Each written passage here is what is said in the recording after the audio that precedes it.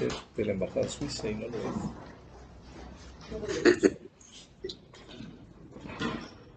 Muy bien.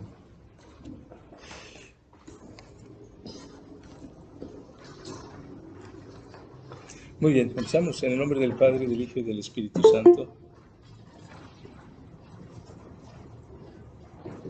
Dios te salve María, llena eres de gracia, el Señor es contigo, bendita eres entre las mujeres. Bendito es el fruto de tu vientre, Jesús. Santa María. María, Madre de Dios, ruega por nosotros pecadores, ahora y hora de nuestra muerte.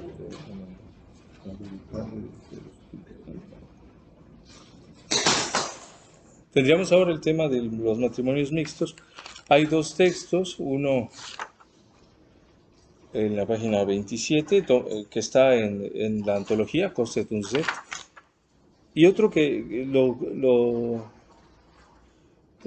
extraje del comentario de Adrián en la primera carta a los Corintios, que es especialmente, creo que completa bien lo que dice en el primer texto. Sí, matrimonios mixtos, que es un tema, en la iglesia antigua pues era un tema urgente, ¿no? Las mujeres cristianas se casaban con paganos y al revés, y hoy pues vuelve a ser, ¿no? Vuelve a tener lugar esto. Sí. Entonces es un tema muy actual.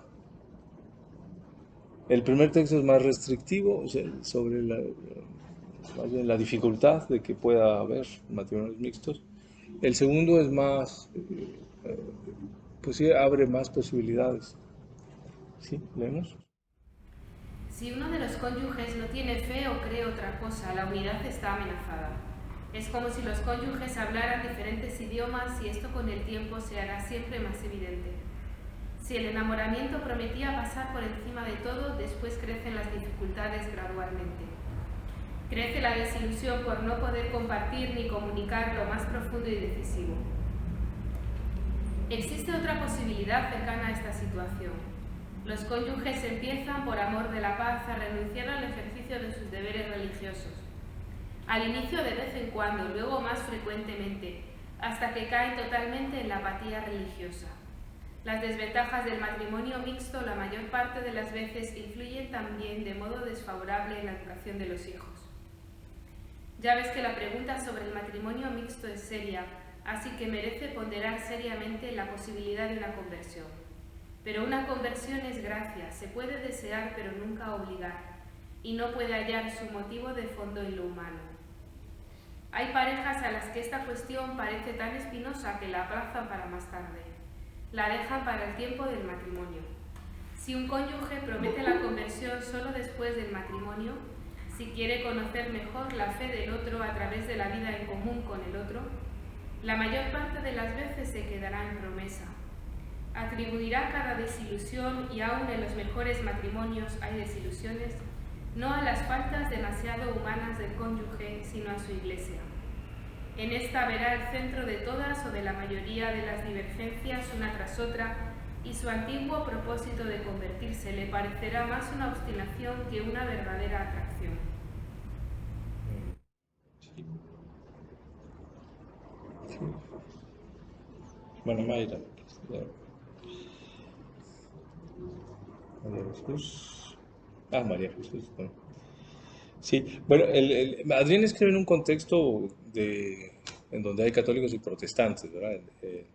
En Suiza, en los años 40. Sí, todavía la gente era religiosa y el matrimonio mixto, pues no, pero probablemente lo piensa como entre católico y protestante. Aún así, el tema lo trata, sí, pone la cuestión de fondo. Lo religioso nunca puede ser secundario. Y si por, por porque haya paz en el matrimonio pasa a ser lo religioso algo secundario, se daña. Algo sufre no solo religioso, el matrimonio mismo sufre algo, sufre una falta de verdad. Sí. Que sí, tendrá consecuencias. Ese es el razonamiento, que no puede nunca pasar a ser algo secundario, Sin embargo, no dice que sea imposible.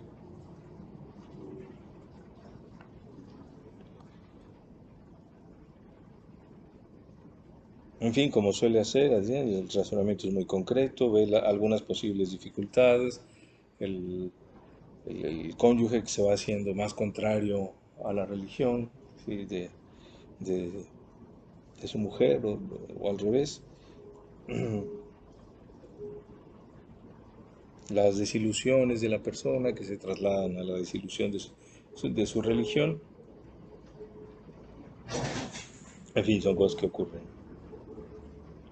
No sé si hay algo que decir.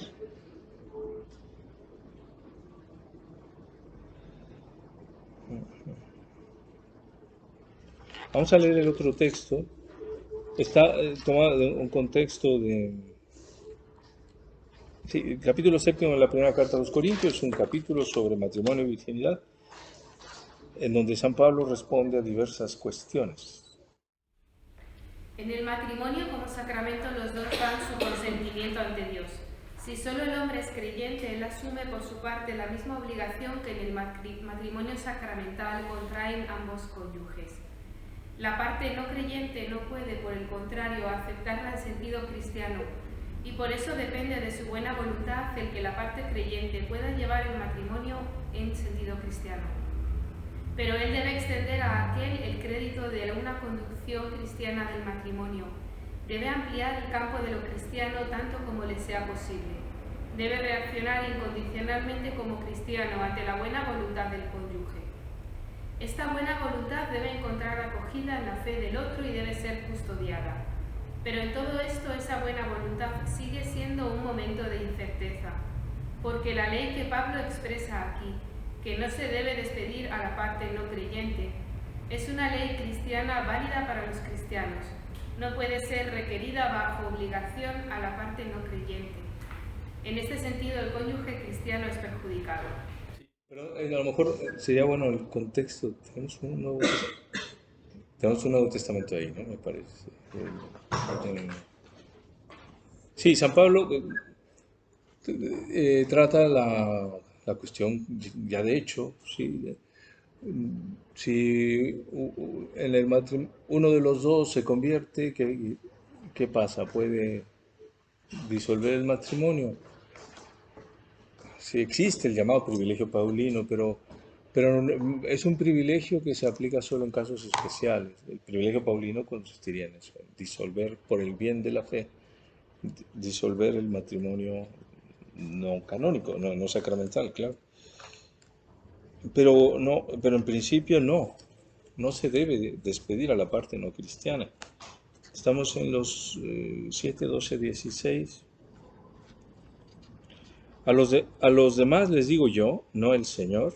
Así, o sea, es lo que yo pienso, dice, no es que tenga una revelación al respecto.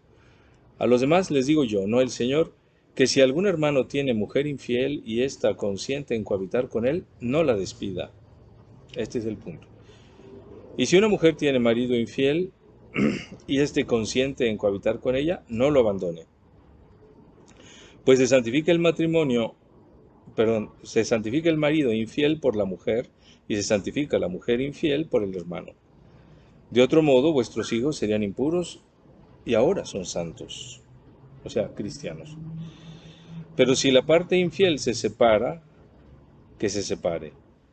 En tales casos no está esclavizado el hermano o la hermana, pues Dios nos ha llamado a la paz. ¿Qué sabes tú, mujer, si salvarás a tu marido, y tu marido si salvarás a tu mujer? Muy bien. Este es el caso que trata Pablo, desde luego muy actual. Sí.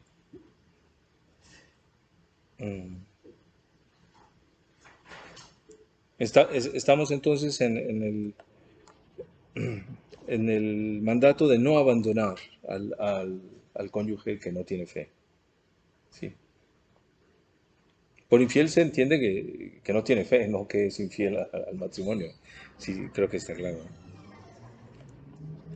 Muy bien. ¿Seguimos? Esta ley cristiana no está ligada al sexo, vale tanto para el hombre como para la mujer. San Pablo habla en el versículo 12 del hombre y en el 13 de la mujer. Esta vez la mujer cristiana carga con la incerteza acerca de si el acuerdo de su marido es duradero, mientras que éste participa en su mujer de la seguridad de lo sacramental. Pero esta participación del no creyente en la gracia del creyente tiene siempre para éste de algún modo el carácter de cruz. Es una indicación de un sacrificio que hay que llevar.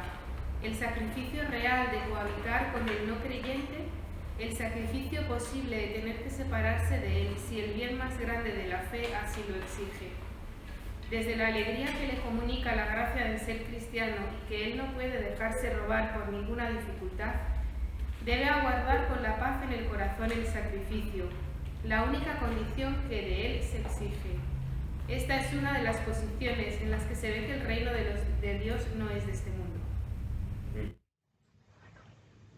Creo que se entiende bien, ¿verdad? Siempre queda hasta dónde va a llegar esta falta de fe. En principio, el marido que consiente casarse por la iglesia, aunque no tenga fe, en principio está en buena disposición respecto de la fe de su mujer, o al revés, la mujer respecto de la fe de su marido. Pero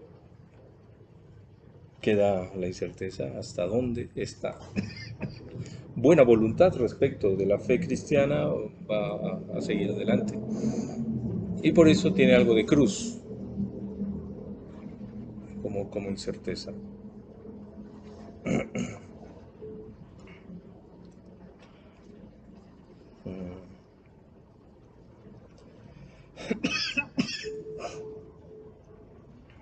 El principio, ha establecido un principio antes que es lo más importante.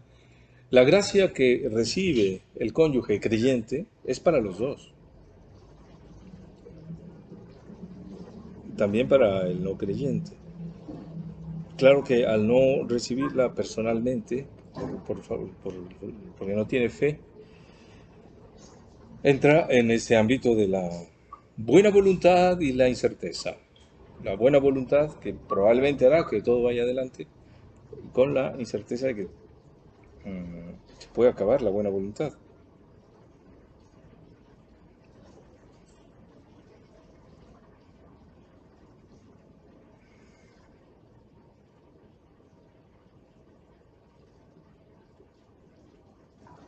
Muy bien.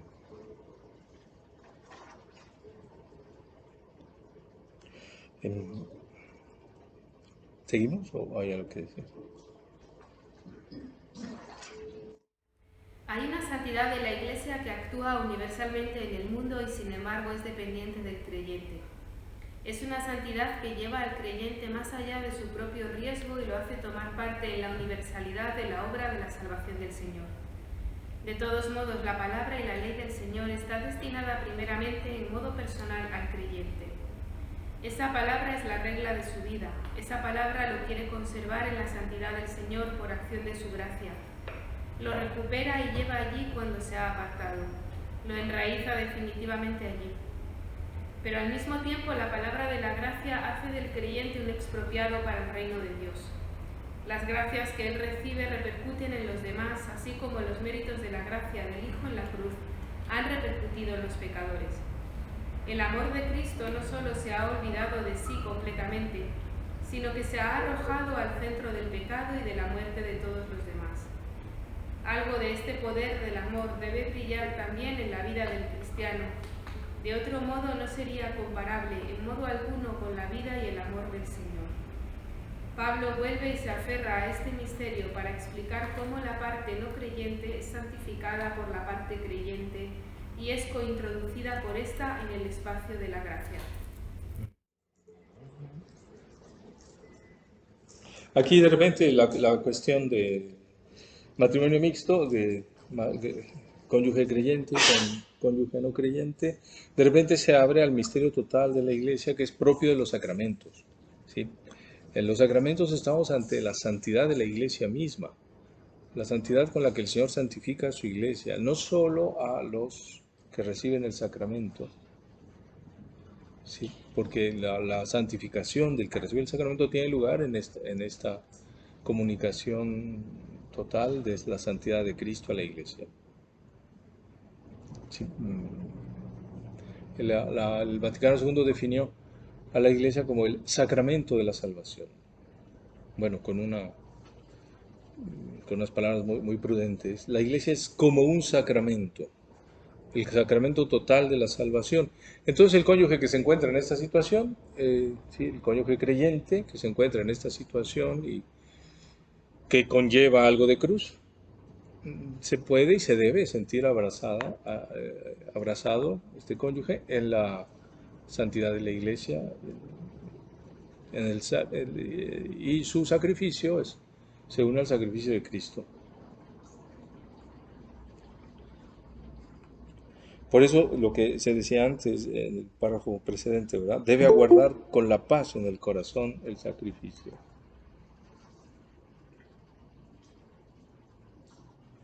¿Sí? María Jesús. O sea, Chus. Muy bien.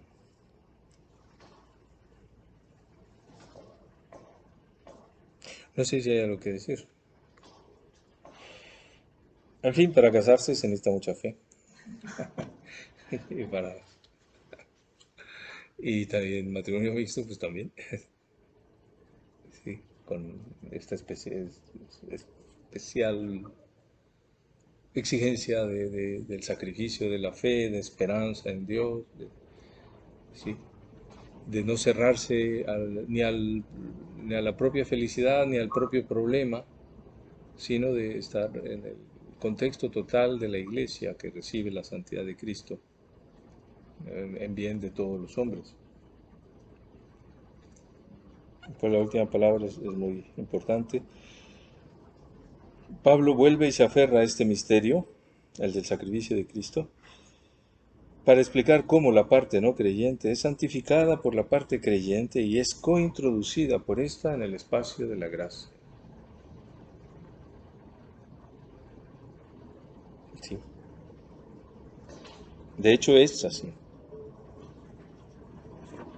Que la parte no creyente se puede resistir y quizás no se le note mucho esta santificación, pues puede ser también, pero que la gracia se ofrece y está presente, eso no cabe dudarlo. Sí, Mauricio. Una pregunta, padre. Sí. No sé si está relacionado, pero cuando estás delante del sacerdote y dices, Mauricio, ¿quieres a Sonia, etcétera, etcétera? Sonia, ¿quieres a Mauricio, etcétera, etcétera? ¿Ese sí está relacionado con el sí de la Virgen, hágase en mí según tu voluntad? Debe y puede estar relacionado, sí. El sí de María sostiene el sí de los cristianos, sí. El sí que nos precede es el sí de Cristo al Padre, el sí de María al ángel, y ambos sí son los que abren el espacio de la salvación, que es la iglesia. Entonces, siempre tenemos ese recurso y habría que usarlo quizá más, ¿verdad? El recurso del sí de Cristo al Padre, del sí de María. Todo el sí que hay que dar y que a veces es doloroso, el sí de un enfermo, por ejemplo, el sí ante la muerte, sí, el sí ante una situación difícil o también en una situación de feliz, ¿no? Sí, el sí del amor continuo, cotidiano, puede y debe estar abrazado por... Yo creo que particularmente en los matrimonios habría que aplicarlo. Adrián Fosbáez lo dice como el sí de María abraza el sí de los votos religiosos y el sí del matrimonio de modo especial, ¿no? Los últimos capítulos de Ancilla Domini, en uno de los 4 últimos, está este recurso a María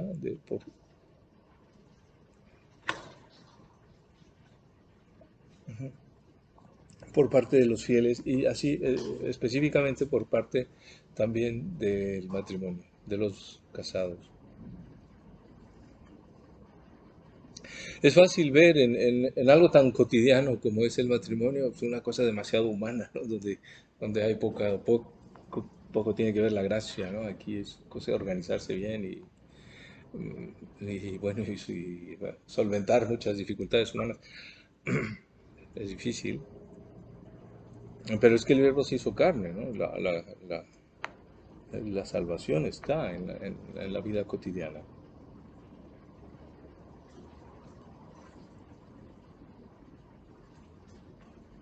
Sí, muy bien.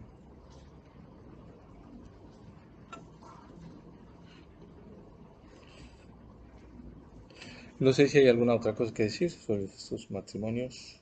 Una cosa que me dicho que en los matrimonios mixtos uno de ellos sufre más, pero no sé si el creyente o el no creyente, o no lo he entendido yo bien. Hablaba, pregunta Inés, sobre quién sufre más. Sí. Bueno, lo que dice Adrián es que el sacrificio es de la parte creyente, sí, porque tiene que sobrellevar la incerteza que no se puede erradicar del todo, sí, sobre la buena voluntad del cónyuge respecto de la fe.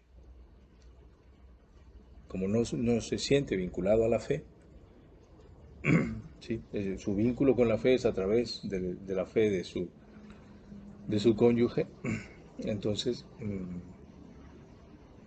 pues cabe la duda, ¿no?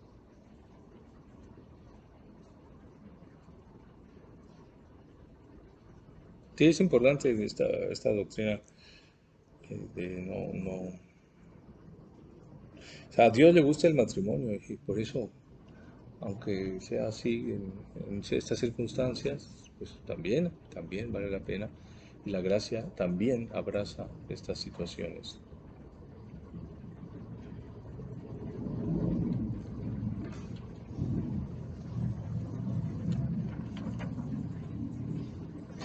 Bueno, seguimos adelante. Bueno, vamos a tocar temas pues que hoy eh, tal vez uno diga, bueno, es que esto hoy ya no es así. Sí, en el fondo sigue siendo como siempre, ¿no? Las relaciones prematrimoniales siempre ha habido. Y otra cosa es que hoy parezcan de por sí justificadas, ¿no? Cosa que no puede ser, ¿no? Es una violencia. Los motivos que da Adrián en este texto son importantes. No es tanto una cuestión moral, sino de realismo sobre la relación humana. Ujú. Reconoces que vosotros, tu amigo y tú, no sois ya felices cuando estáis juntos y piensas que la culpa de ello radica en tu rechazo a donarte a él corporalmente antes del matrimonio. El tiempo del conocerse es justamente un tiempo de aprender a conocerse recíprocamente. Dos jóvenes que se sienten atraídos deben saber si en ellos se desarrolla un amor ordenado, y a partir de este podrá entonces sostenerse el para siempre que el amor implica. Sí. No es que la vida con todas sus exigencias empiece al día siguiente de la boda. Empieza ya hoy, más aún, ha ya empezado, y para configurarla y para ordenarla es necesaria una actitud, tanto en la forma exterior como en la interior.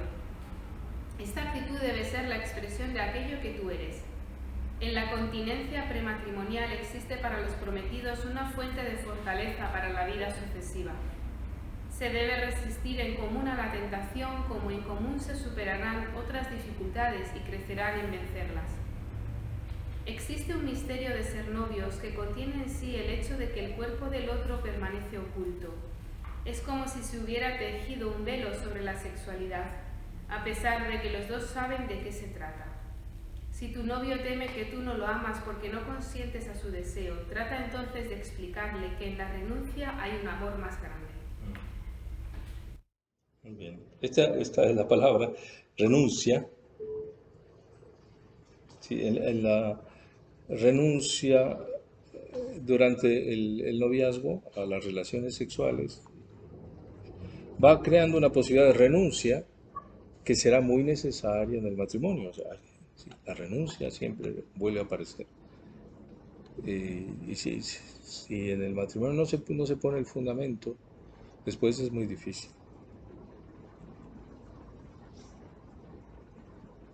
La capacidad de renuncia parece un límite al amor, es todo lo contrario, es la garantía de que el amor es capaz de solventar dificultades, de atravesar dificultades sin deshacerse. En cambio, si no hay esta capacidad de renuncia, el amor no dura, no puede, no, sí, es demasiado frágil. Y es lo que, por desgracia, vemos tantas veces. Mm. No sé si hay algo que decir.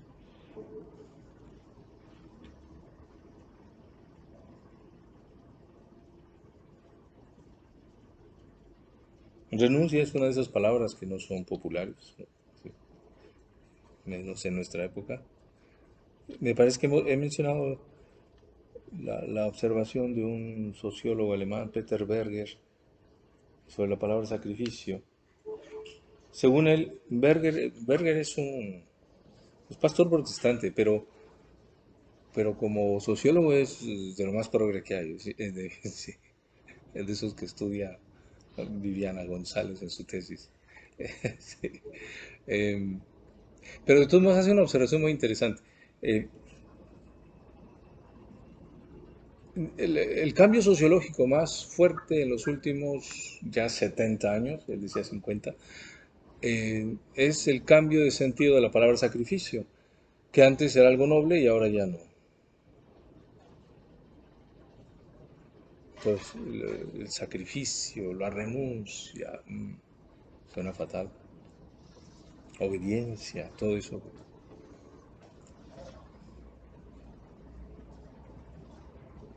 Sí. Y aquí no solo perdemos cristianamente, perdemos humanamente. ¿Qué se hace sin sacrificio? ¿Qué se ha hecho en este mundo sin sacrificio? ¿Por qué los dioses permiten el dolor de los hombres? Se pregunta Ulises. Y responde, para que los poetas tengan tema para cantar. ¿Sí? O sea, sin el dolor no se ve nada noble, es lo que quiere decir Homero. Esto es en la Ilíada. No, en la Odisea, Ulises. Sí, es necesario confrontarse siempre con el dolor, con la nobleza que exige a los hombres, ¿sí? También se relacionaba con el conocimiento, ¿no? Como dice San Juan, quien no ha sufrido, que sabe. El que no ha sufrido, que sabe, dice San Juan. Pues yo la verdad no sé bien quién lo dijo. San Juan de la Cruz. Pero no sé si San Juan, yo creo que sí. De la Cruz. Sí. Y bueno, o sea El que que no ha hay. sufrido, que sabe. Entonces, con el conocimiento también. Sí. Seguramente. O sea, el sacrificio es parte de la experiencia humana. Sí, el modo de asimilarlo, de abrazarlo,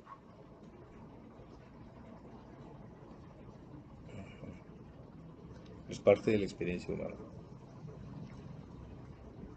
En fin, si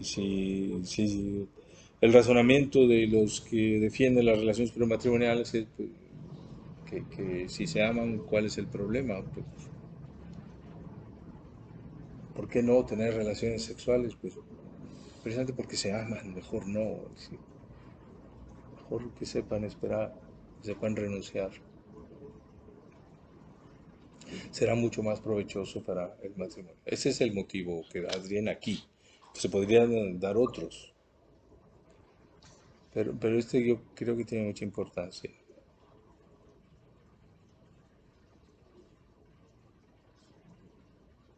Es una razón como muy, muy humana, ¿no?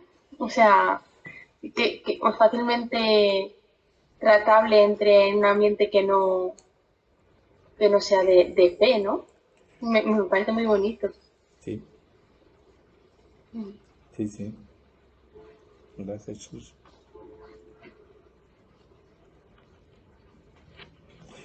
Bueno, pues seguimos. Ahora viene un tema, el de la elección. Hoy hay muchas posibilidades de elegir, antes había poca. Y, o sea, aparentemente hoy hay muchas posibilidades de elegir y antes ninguna o pocas. Vamos a ver qué tan humano es esto. Sí, la observación que hace aquí Adrián es análoga a una que hace C.S. Lewis en Los Cuatro Amores. A ver si leemos. Había antes una especie de elección anticipada, pues las familias, amigas y conocidas, posiblemente del mismo nivel, con intereses semejantes, presentaban unas a otras sus propios jóvenes que les parecía podrían congeniar, pero no antes de haberlo planeado entre ellos. Usted debe renunciar a esta posibilidad hoy. Las muchachas han cambiado, no se dejan ya presentar en una bandeja. Son más conscientes, más cercanas a la realidad y por consiguiente más capaces de un juicio propio. El hombre ya no es una figura romántica, sino un camarada al que conocen de cerca, porque pasan una buena parte de su tiempo en el trabajo y en el descanso con él. Quizá, puesto que usted se ha dejado absorber por las finalidades de los hombres en el estudio y el posterior trabajo, ha perdido el contacto con la vida palpitante. Pero la simple espera no puede llenar a ninguna vida joven. Todo hombre tiene su propia tarea, también la muchacha que después será su mujer. La vida no lo pone fácil a las muchachas que se ganan la vida. Ellas se deciden por sí mismas por el matrimonio. Por la fuerza de su propia vida se han conquistado el derecho a esta elección. Los pasos que se han de dar para llegar a un compromiso son numerosos, mientras que el camino permanece por largo tiempo igual. Pero por lo mismo son también pasos pequeños. Si de los encuentros de ustedes ha de surgir un amor genuino, lo sentirán tal vez menos al mirarse uno al otro, cuanto al mirar juntos en la misma dirección. Y la alegría de los dos será dirigir la mirada al mismo tiempo a lo mismo. Bueno, el texto plantea el cambio sociológico que no tiene marcha atrás, ¿verdad? El matrimonio se planeaba, ahora no, ahora los que se van a casar son los que eligen. Esto implica que ha habido un cambio en la relación entre hombres y mujeres, que han pasado a ser colegas cuando no lo eran. Sí. La primera mujer universitaria española me parece que fue Cristina, ¿cómo se llama? La hija del duque del Infantado, una poetisa famosa, bueno, en fin, en los años, creo que 20, sí. Cristina de Arteaga. Bueno, sí, antes no había eso. En fin, ha empezado ser colegas de hombres y mujeres y bueno, que esto es así, ¿no? Como dice Julián Marías, pueden cambiar los roles de los sexos, ¿sí? Un tiempo, pues no, las mujeres no iban a la universidad, no, sus ámbitos laborales estaban muy acotados, ahora no. Lo que no cambia es la polaridad de los sexos, ¿sí? Aunque cambien los roles, no cambia la referencia al otro sexo en modo polar, o sea, contradistinguiéndose del otro sexo. No por hacer lo mismo son lo mismo. No por tener un colega que puede ser varón, puede ser mujer, porque es un puesto de trabajo que le va a tocar a alguien, no por eso da lo mismo una cosa u otra. Y esto es lo que no debería perderse, ¿no? Es la advertencia que hace aquí Adrián. Quizá usted, puesto que usted se ha dejado absorber por las finalidades de los hombres en el estudio y el posterior trabajo, o sea, usted ha entrado en ese mundo laboral y de estudio que antes era solo de varones, ha perdido el contacto con la vida palpitante. Si algo se pierde en esta igualación. Sí, el concepto más estúpido que existe, dice Julián Marías, es el de la igualdad entre varón y mujer, ¿verdad? Lo que hay es equilibrio, polaridad, pero igualdad. No puede ser, ¿no?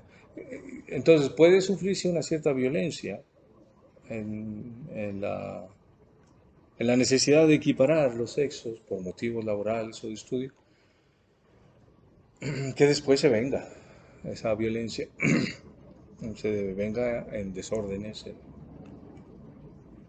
en falta de identidad con el propio sexo, en fin, muchas cosas. Uno de los motivos fuertes de la confusión actual es que para vivir en este mundo de colegas masculinos y femeninos, para vivir en este mundo de la indistinción, no hay que perder la capacidad de distinción. O sea, hay que seguir.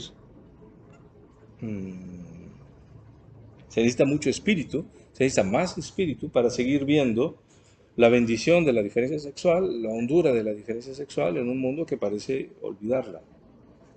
Por motivos prácticos, ¿no?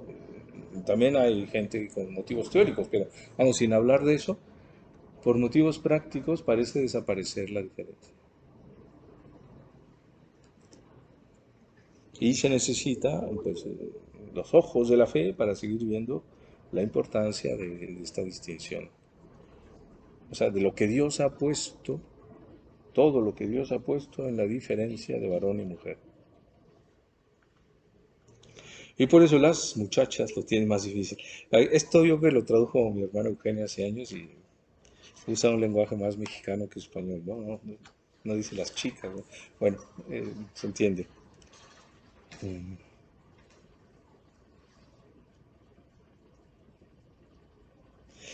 La vida no lo pone fácil a las muchachas que se ganan la vida, o sea, que entran en el ámbito laboral y que tienen que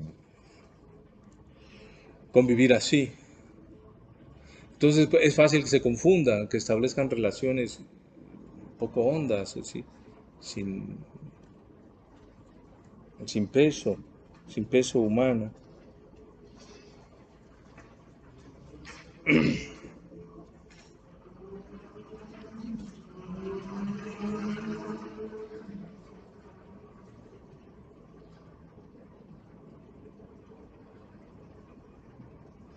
El consejo final que da es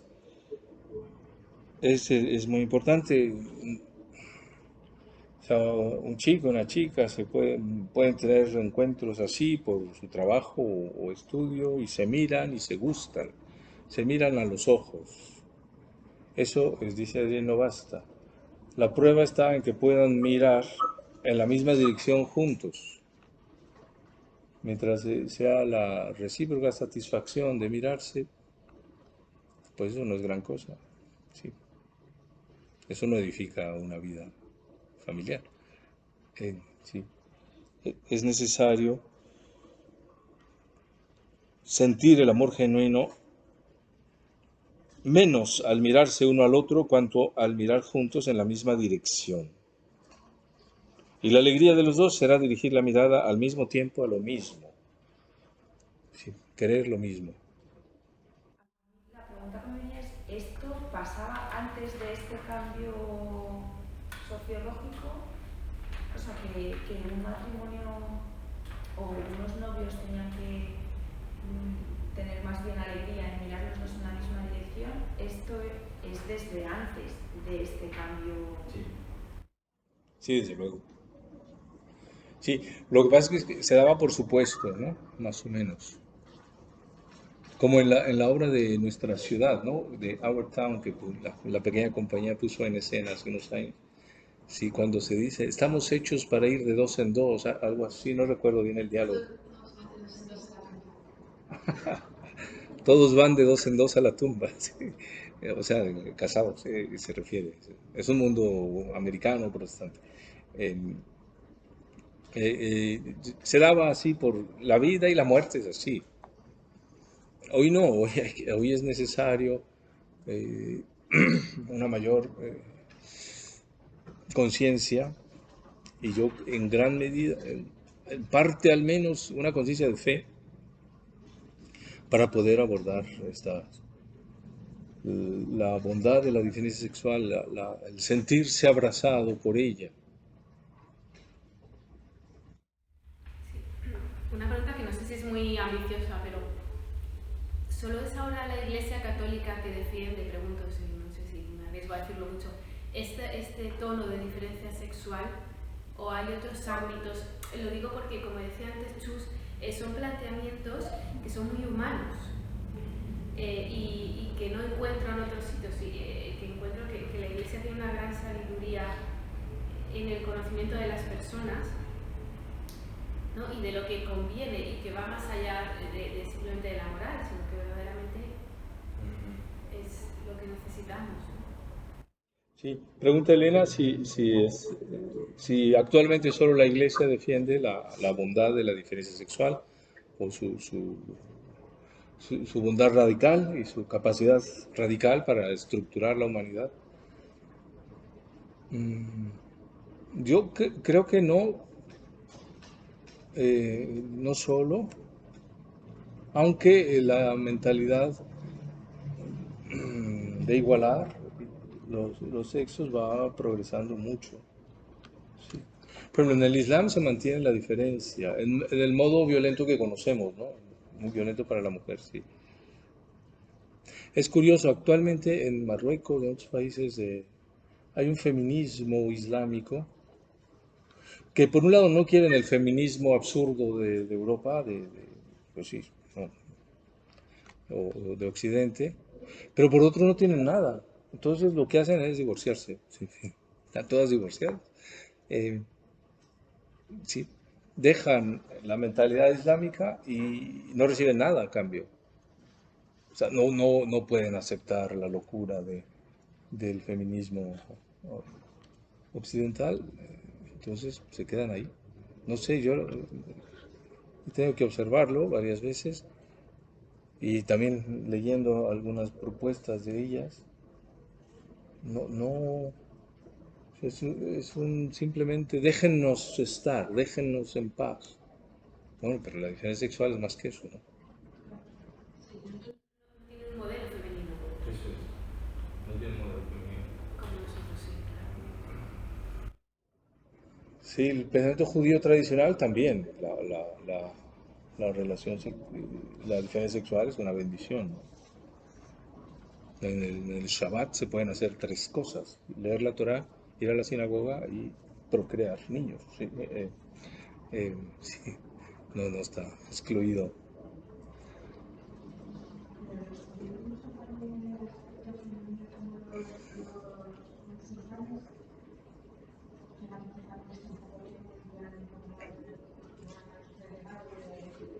Ujú, sí.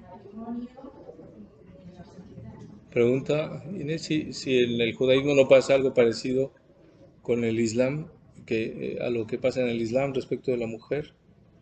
En principio no, puede pasar, pero no, el rabinismo tiene muchas.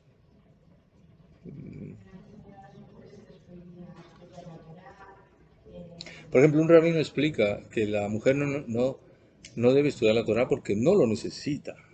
Sí, es un rabino muy feminista. Cada vez los hombres tienen que estudiarla para que espabilen. Sí, la mujer lo lleva dentro. Eh, no lo necesita porque la conoce, la lleva. Sí, sí, la madre es la que transmite la pertenencia al pueblo y la ciudadanía israelí. Sí, un hijo de madre judía que no pertenece a religión cristiana puede pedir la ciudadanía israelí y le dan una casa. Sí. Bueno, eso hasta hace unos años, no sé ahora. Sí. Bueno, pero claro, hay que tener esas condiciones. Mm. Sí, es más, sí es verdad que no es. Por ejemplo, en San Pablo hay cambios respecto de la Torah. El débito conyugal, o sea, la disponibilidad de la mujer al varón es recíproco, según San Pablo. En el Antiguo Testamento no. La mujer debe estar disponible al varón, pero no al revés. En cambio, en 1 Corintios 7, el débito conyugal es recíproco. Sí, es un cambio notable. Personajes en el Antiguo Testamento, que hay grandes personajes mujeres en el Antiguo Testamento. ¿Qué hay? Hay grandes personajes. En el Antiguo Testamento que son mujeres. Es verdad que Dios no habla a las mujeres en el Antiguo Testamento, solo a Eva para regañarla. Pero, sí. Pero sí hay juezas, Débora, sí, después liberadoras del pueblo, Judith, Esther, está la historia preciosa de Ruth, Ruth la moabita, la que no era judía.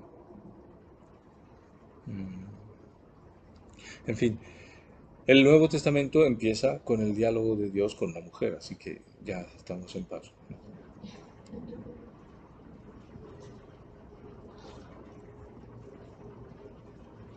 Vale. ¿Sí?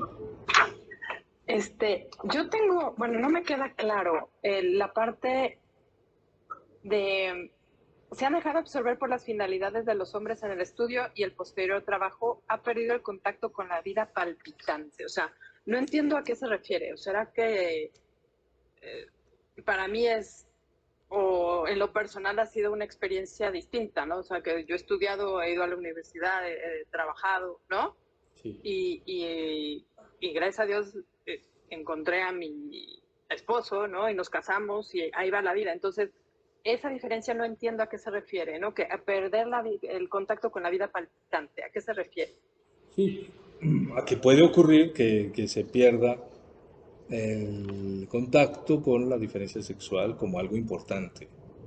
Sí, sí pasa, sí les pasa a algunas mujeres.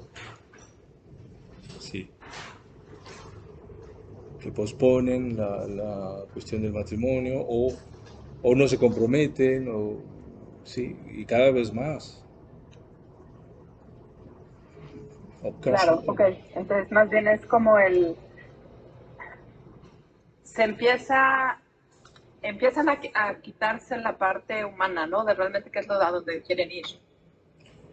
empiezan. Que es, perdón, lo que pasa es que si yo lo pienso así, yo en algún momento cuando uno está trabajando, ¿no? Va viendo cómo va avanzando y quieres empezar a postergar, no sé si sea esa parte. Sí, Y ya después, yo lo que les decía es, bueno, yo viví muchísimas pláticas de, es que tú puedes y puedes llegar y puedes hacer y las mujeres y sí, sí, yo estoy casada y tengo 3 hijos y puedo con todo, cuando en la realidad no es cierto, ¿no? O exactamente. sea, esas pláticas no son ciertas. Entonces, cuando yo ya veo esto, entonces ya lo entiendo, porque yo lo que decía es, ya cuando estás en una posición de experiencia, de madurez, es cuando tú dices, a ti te decían, tienes que trazar una gráfica y decir, ¿a dónde quiero llegar profesionalmente? ¿No? Sí, Y a ti te decían, te enfocaban así. Y le digo, pero no es cierto que puedas hacer todo, casarte, tener hijos, atender a medio mundo. Lo que tienes que hacer es tener tu gráfica si quieres profesionalmente, pero en la parte de abajo también debes de tener tu gráfica de dónde quieres llegar personalmente. eso es. Porque entre más alto quieras llegar profesionalmente, no vas a llegar a la misma altura personalmente. Y es ahí donde se dan las renuncias. Exacto. Y eso es lo que o sea, y eso como, ya, creo que ya entendí la parte de la vida palpitante. O sea, realmente se trata como de, sí se puede hacer con distintas renuncias, pero sin perder qué es realmente lo que quieres, ¿no? Y cuando estás en matrimonio, pues es un mismo punto el que tienes que ver, ¿no? ¿Y quién va a renunciar a qué? Sí, Ok, exacto. ok. Ocurre cada vez más. Por ejemplo, postergar los hijos por motivos laborales. No vamos a tener hijos en 10 años, ¿no? Sí. Las estadísticas son terribles. Estadísticas al respecto son muy graves. De parejas que ya se arrepienten de no haber tenido hijos, ya ahora es muy difícil. Pero claro, se han dedicado muchos años a hacer dinero, a hacer un poco de patrimonio. Eh, sí. Sí, yo cuando escucho de, no, nos vamos a esperar porque estábamos empezando tal cosa, yo lo que les digo es, no se esperen. Sí. ¿Por qué? Digo, no porque, no, yo no hablo de la edad, porque luego si les dije de la edad biológica también está el, ay, sí, podemos hacer N mil cosas, ¿no? Pero yo lo que les digo es, no se esperen, porque cuando quieren, no sabes cuántos años vas a tardar en. Claro. Y porque nadie habla de eso, nadie les habla a los matrimonios de manera derecha y decirle, no sabes si vas a poder tener hijos al primer año, al segundo año, al tercer año, ¿no? Sí. O luego tienes el regalo de que te bendicen con el primero y luego no sabes cuánto tiempo tarda y si vas a tener la posibilidad de tener el segundo. O sea, realmente hasta la experiencia es cuando uno se da cuenta de varias cosas y que tiene que ayudar a transmitir a los demás, ¿no? Es decir, no te esperes, ¿va? O sea, ¿y qué ves? Pues, Pero, ahí ahora, va, y va a pero salir. actualmente, sociológicamente, estamos muy, muy lejos. Muy lejos de no te esperes. Sí, ¿Sí, sí, Celina? sí. Pero no entiendo por qué lo relacionas, o sea, por qué esto es a lo que te refieres cuando dices que ese peligro de esa, o sea, esa, no sé cómo decirlo, dicotomía sexual en el trabajo, o sea, o esa igualación, no entiendo que eso sea lo mismo que esto que estamos diciendo. Sí. No, no es lo mismo. No es lo mismo, por eso. No. O sea, esto es otro tema, esto es otra cosa. O sea, ¿O es consecuencia de eso? O sea, puede ocurrir No con entiendo. facilidad. Sí, pero eso Se requiere más espíritu, más conciencia para que no ocurra. Para que la vida siga estando donde debe estar, ¿sí? En el amor, en la entrega, en el matrimonio, en los hijos. Esa es la sustancia de la vida, esa es la vida palpitante. Para que siga estando allí, cuando con facilidad puede despistar. Bueno, sí, el trabajo. El trabajo que da igual que lo haga un hombre que una mujer. Sí. sí, me estaba liando. Bueno, a lo mejor no solo el trabajo, sino el ansia por hacer una carrera laboral llena hasta la cúspide, o sea, que... Sí. No, por favor, no es nada contra el trabajo, ni tampoco con nada contra que la mujer tenga acceso a los estudios y a los trabajos. No hemos dicho eso. Hemos dicho que la vida no está ahí, que la vida palpitante está donde dice la Sagrada Escritura, ¿no? Dejará el hombre a su padre y a su madre, y se unirá a su mujer, serán los dos una sola carne. Sí. Y sigue estando ahí, la vida palpitante, el hilo conductor de la existencia. ¿Sí? Si los objetivos laborales o académicos adquieren una preponderancia tal que se va postergando la vida palpitante, a eso nos referimos. No tiene nada que ver con eso. No tiene nada que ver con hombre y mujer, o sea, no tiene nada que ver. No tiene nada que ver. Pero, ¿Cómo? No entiendo. La pregunta sería, ¿un hombre por su trabajo también se despista de la vida palpitante? Mucho. Un varón, mucho menos. Yo creería que sí, ¿no, padre? Porque hay a veces que pierden el piso. Bueno, sí, desde O sea, luego. puede ser que mucho menos, o sea, tal vez por naturaleza es mucho menos. Por naturaleza el hombre es mucho más dependiente de su mujer. Si puede dedicarse mucho al trabajo es porque está seguro, por otro lado, está apoyado. Sí. Padre, quizás el punto, quizás a mí como que me hace clic la cabeza en esto cuando, con esta frase de el mirar juntos en la misma dirección. O sea, como que no, o que a veces ese equilibrio es mantenerse los dos mirando en la misma dirección y valorando los dos puntos quién tiene que renunciar a qué. O sea, no es tanto la mujer tiene que renunciar mucho al trabajo y el hombre no, o no se sabe. O sea, que luego cada familia tiene que valorar la situación, el contexto, qué es lo mejor para la familia.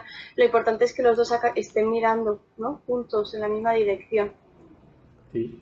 No consiste en quién renuncia a qué, o sea, por ser hombre o mujer. No O sea, es eso, desde luego no. a eso. Por eso que quizás la clave sea mirar juntos.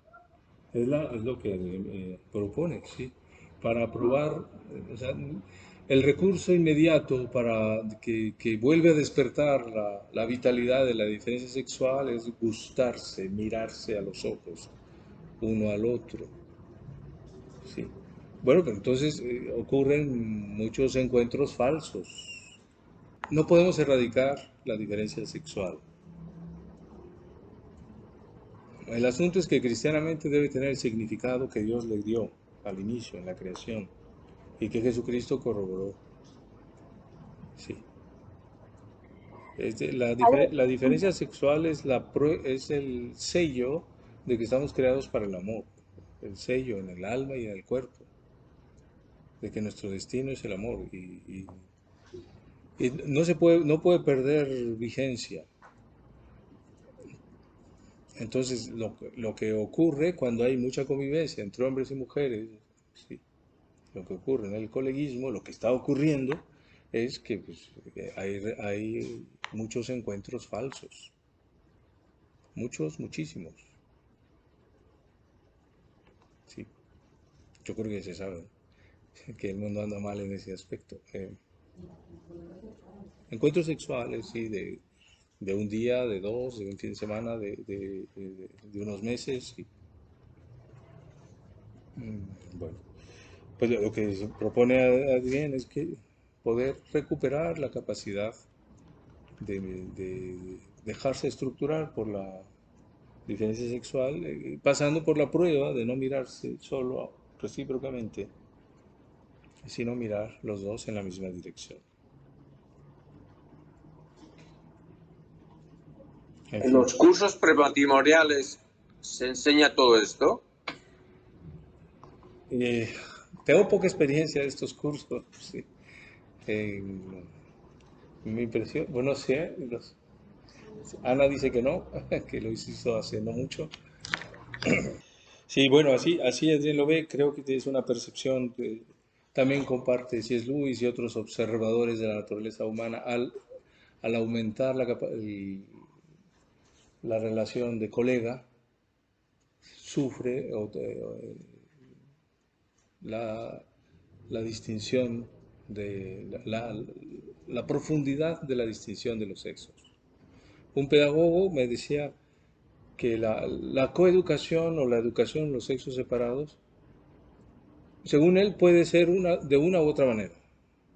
Lo importante es que en ambos casos los niños sepan la importancia de la diferencia sexual y las niñas también. Si los educan juntos o los educan separados, sería un fracaso educativo que no perciban la diferencia. ¿Sí? Y todo lo que implica.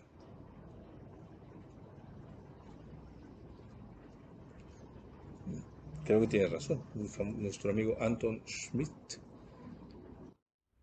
Yo creo que está eso muy implícito, o sea, ya está como hay una impronta y el trabajo quizá es deshacerlo. Pero yo creo que los niños desde muy pequeños tienen claro muchas cosas. Dice Selina que cree que ya está muy implícita la mentalidad de... La diferencia. La diferencia. Sí, yo creo que sí. De forma innata, yo creo, por esto es políticamente incorrectísimo decirlo, pero creo que de forma innata lo tienen muy claro. El trabajo se está haciendo ahora en el sentido contrario, en desdibujarlo, pero... No, desde luego que la diferencia sexual la llevamos de modo innato, desde luego. Yo creo que sí. El asunto es si la mentalidad probablemente lo favoreció, ¿no? Parece que... Al revés, todos los experimentos son de dejar a los niños hasta, no sé si los 10 años, una cosa así, ni siquiera, o sea, que se vistan como quieran, que da igual si de un niño con un vestido, una niña con un pantalón, no, lo de la niña con pantalones ya es como una cosa más normal, para que no sepan, para que luego ellos elijan el sexo. Ahora es la experiencia los experimentos que están haciendo ahora en tema de educación, o sea, es que es muy fuerte.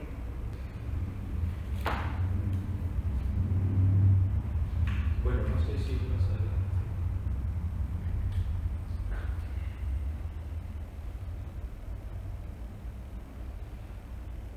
Bueno, seguimos. Relaciones sexuales. Ahora, muy poco tiempo antes de su matrimonio, usted se siente angustiada de repente ante la vida sexual y pide ayuda. Todo será más hermoso y simple de lo que usted trata de imaginar. Si piensa demasiado, degradará gradualmente el misterio al atribuirse a usted misma demasiada importancia y caer en el peligro de pensar que la donación será solo por una de las dos partes. La donación corporal sin amor sería solamente expresión del desorden interior más profundo. El amor quiere la donación recíproca y queda como su raíz duradera. El simple placer recíproco no es todavía fruto del amor. Hay misterios entre los amantes que permanecen ocultos en el silencio aún para ellos mismos, y justamente este es el signo de la autenticidad de su origen divino. Hoy se proclama que el hombre y la mujer tendrían el mismo derecho al acto sexual, y por eso podrían ambos exigirlo. La experiencia muestra, sin embargo, que la mujer ve en el acto sexual su donación al marido y se siente a disposición de él, en cierta medida dejando de lado su propio deseo. En su corazón residen sobre todo el deseo de donación y el deseo del hijo, que sin embargo rara vez llega a expresarse en el momento mismo del acto. Ella quiere dar y pertenecer, su satisfacción la regala totalmente al marido.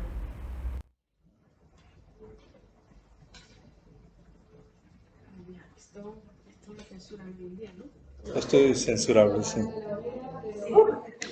La segunda parte la mandan a la hoguera. Sí. La primera también es importante, el cierto miedo a la entrega sexual. Hay una decepción que acompaña la entrega sexual, de si todo es amor o no. Pues bueno, siempre está el pecado original por ahí. Entonces, sí.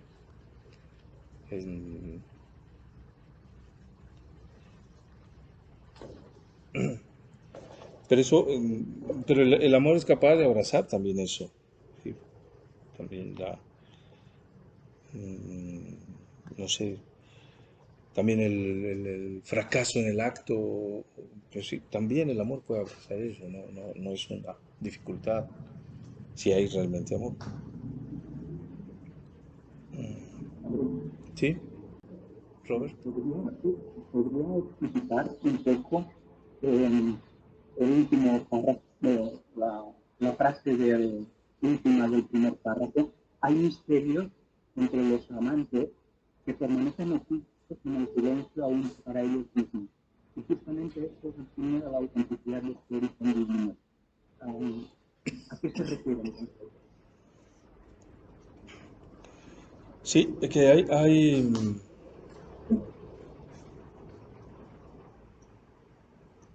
en el modo de entrega, en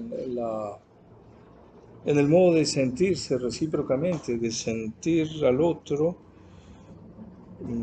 hay cosas de las que es mejor no hablar, pues ya, sí, tienen lugar simplemente. Sí, después se reflejan en un trato recíproco, respetuoso, cariñoso. Pero hay cosas que son de ellos, sí, sí, no sé. Yo lo que sé es por confidencias que no de varones, leyendo la teología de los sexos de Adrien con un grupo de hombres casados, era muy divertido todo lo que comentaban, pero no se puede repetir todo, sería un poco indiscreto. Sí, sí,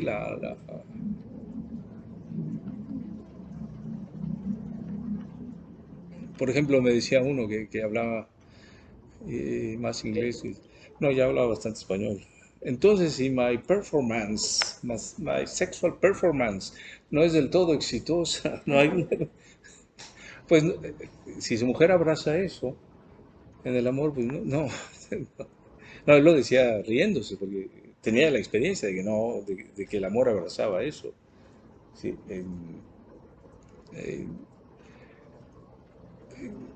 en fin, se me ocurre ese ejemplo, pero podría haber muchos otros, un modo de ser uno del otro que no alcanzamos a definir. Quizá en la vida humana en general hay momentos en donde una relación humana puede ser muy profunda y no se sabe del todo en qué consiste, en qué se distingue mi amistad con este amigo de mi amistad con este otro, no es tan claro. ¿Sí? No tenemos el conocimiento intuitivo de la grandeza de lo momentáneo, se nos escapa. Sí. Los griegos dirían que lo momentáneo no tiene ninguna grandeza, pero la Biblia nos ha enseñado lo contrario, ¿no? En lo momentáneo está lo decisivo. Sí, en las horas de la cruz, el sí de María, en un momento se decide todo. Y pues esa hondura se nos escapa. Sí, así y sobre todo en el matrimonio canónico, el matrimonio cristiano, sacramental, si el acto sexual es la consumación del matrimonio, significa también que el acto sexual es una renovación del sacramento. Sí, puede serlo si lo quieren, si tienen fe. Sí, todas las gracias sacramentales se renuevan, ¿eh? No es ninguna cosa, ninguna osadía teológica. ¿Sí? Todas las gracias sacramentales, el bautismo se renueva cada día.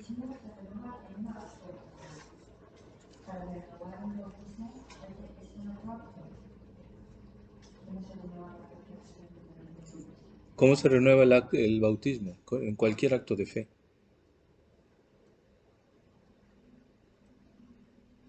Sí.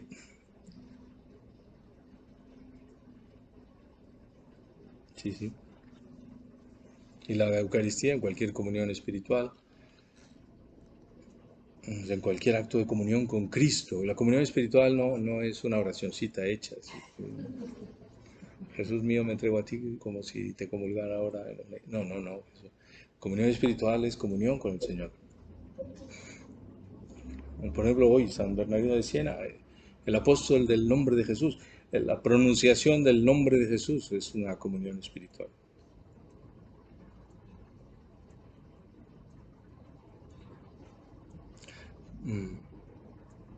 Pues sí, quizás es eso, Robert, es lo que se me ocurre decir, ¿no? Que en lo momentáneo hay una hondura que no alcanzamos a describir. Quizás los poetas son los que lo intentan. Ahí, en ese momento había una grandeza divina que tengo que dejar pasar, ¿no?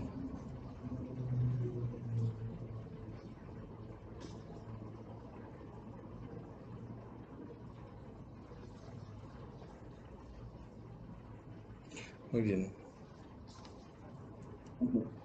Bueno, la segunda parte, pues sí es la difícil. La sexualidad entre varones, esto médicamente es así también, ¿no? La sexualidad varonil y femenina no son exactamente paralelas, no son exactamente recíprocas. Si hay, es otra disposición, es otra disponibilidad.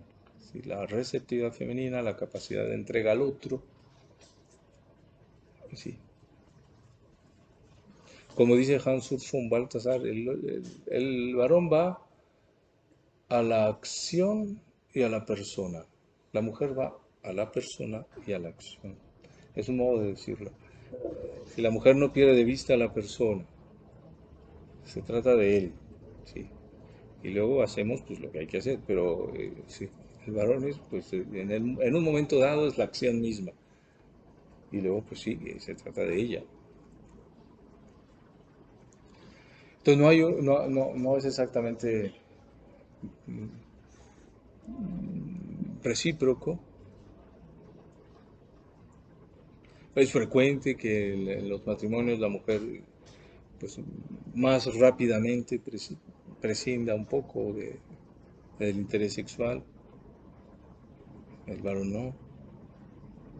Y por eso en algún lugar se dice que la mujer necesita también cargar esa cruz de seguir entregándose en modo activo, en modo deseoso, disponible, no remilgado. Sí. Bueno, esa teología de los sexos lo explicita mucho.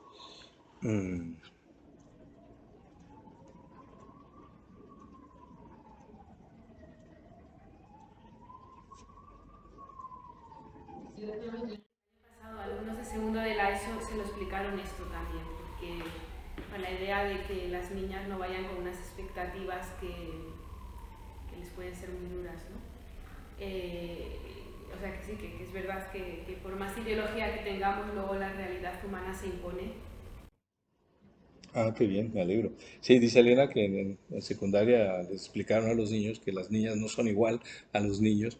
O sea, sí, o sea, que la reciprocidad no es exactamente paralela, ¿no?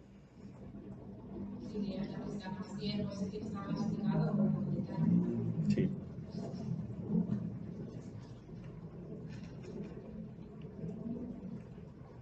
Muy bien.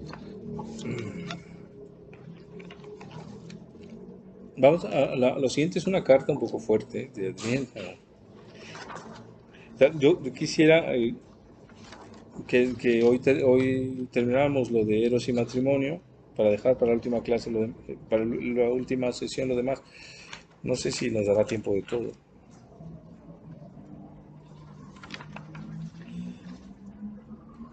Vamos a esta carta que es un poco fuerte. Adrián regaña a una amiga supuesta que se llama Erna y que siempre pone pegas. Siempre tiene objeciones a todo. Sí. Amor y renuncia al yo.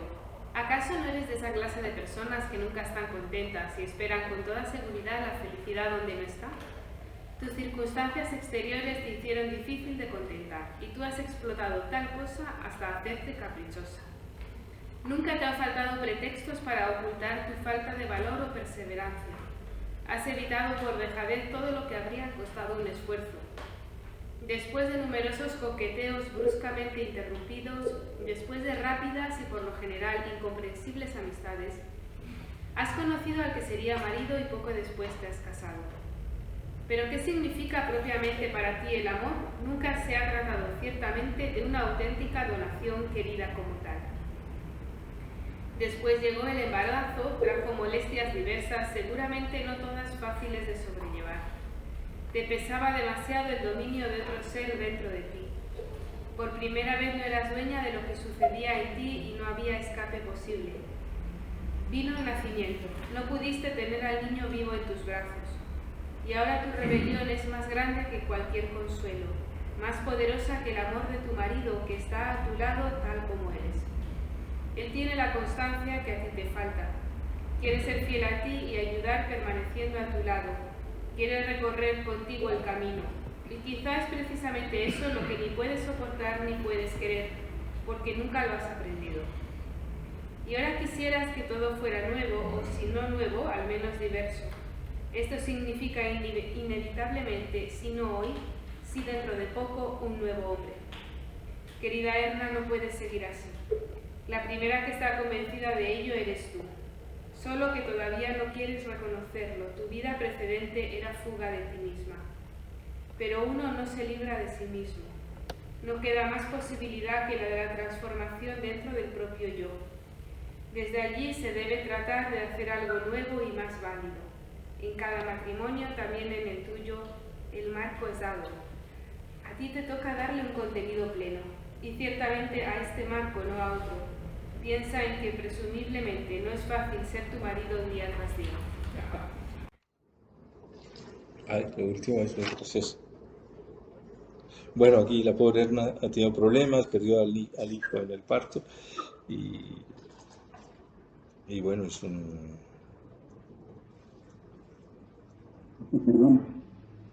Perdón. La pregunta con la que empieza el párrafo no ganaría fuerza si se quitara el no. O sea, en lugar de ¿acaso no eres de esa clase de persona? ¿Acaso eres de esa clase de persona? ¿Acaso O sea, no es quitar el no?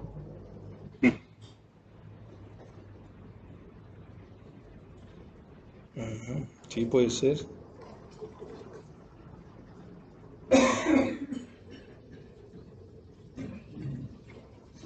Sí, si se quita el no, se le da más. Es más una pregunta, si no es realmente una afirmación. Eres de esa clase de personas que nunca están contentas. Muy bien. Bueno, se ve que hay que salir, hay que renunciar al yo para poder encontrar la alegría de darse.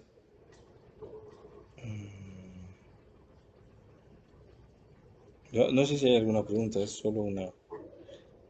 Es como una descripción de una actitud interior, de incapacidad de estar bien. Desgraciadamente es frecuente. Sí. Muy frecuente. Yo creo que una frase que dice que estoy buscando la felicidad donde no dice. Que buscas la felicidad donde no está. Esa es la gran felicidad. Ujú. Muy bien, sí.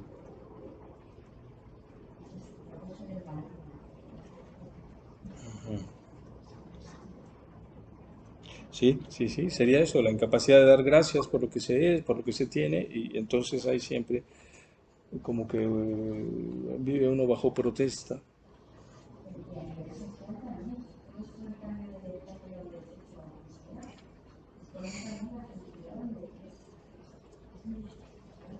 Sí, dice Selina que también a nivel social, en teoría social, de buscar la felicidad en un futuro, en una humanidad que todavía no es, que no es como, que no estamos bien así como somos, hay que ser de otra manera. Sí,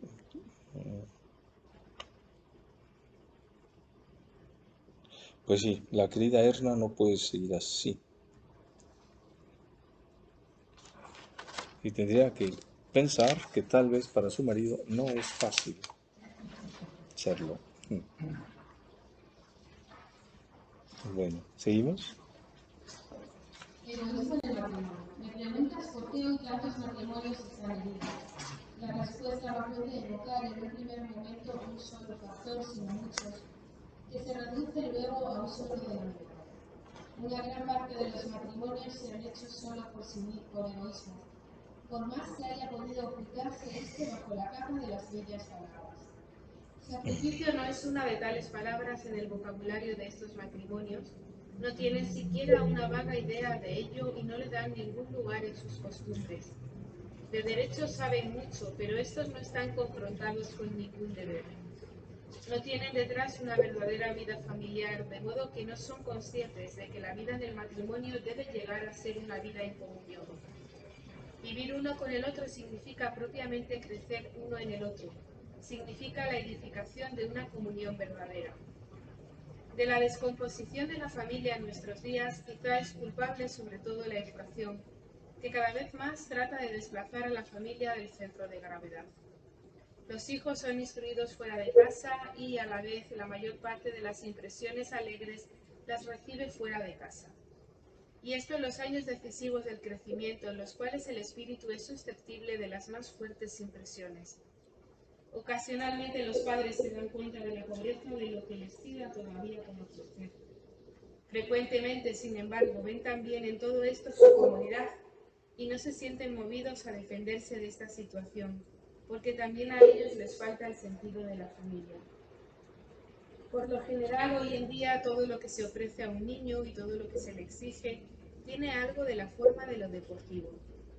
Las cosas que debe hacer se le presentan a fin de cuentas como superación de una dificultad, cuyo éxito hacia afuera es visible, de algún modo se hace o sigue siendo capaz de competir. Es muy fácil que el que es así educado tienda a ser simplemente el hombre del alto rendimiento y por eso el perfecto egoísta. Tales egoístas fundan luego una comunidad que lleva el nombre de matrimonio y que guarda las apariencias de algo bello en la medida en que ambos cónyuges permanecen aproximadamente del mismo rango. Pero esto cambia rápidamente. Los egoístas nunca han aprendido en la vida a cargar juntos, a sufrir y a crecer en el amor recíproco precisamente en los tiempos del sacrificio y de la renuncia. Por eso ya el primer escollo conduce por lo general a una primera y seria ruptura. Puede ser feliz en el matrimonio solamente el amor genuino. Si éste no existe y se da solo en apariencia, disfrazado de enamoramiento y deseo, no queda nada que pueda demostrar ser válido. Excepto sí, y qué raro es el caso, los jóvenes tienen el valor sin ningún tipo de heroísmo, de aprender casi a tientas un verdadero vivir juntos, con buenas dosis de paciencia e indulgencia recíprocas. Ujú. Muy bien. En fin, se tocan varias cosas, sobre todo actitudes y la educación de las actitudes. La actitud fundamental del amor que pasa por el sacrificio, o que no, o que el amor que se ahoga por falta de capacidad de sacrificio, de renuncia. Y la educación que favorece o no estas actitudes.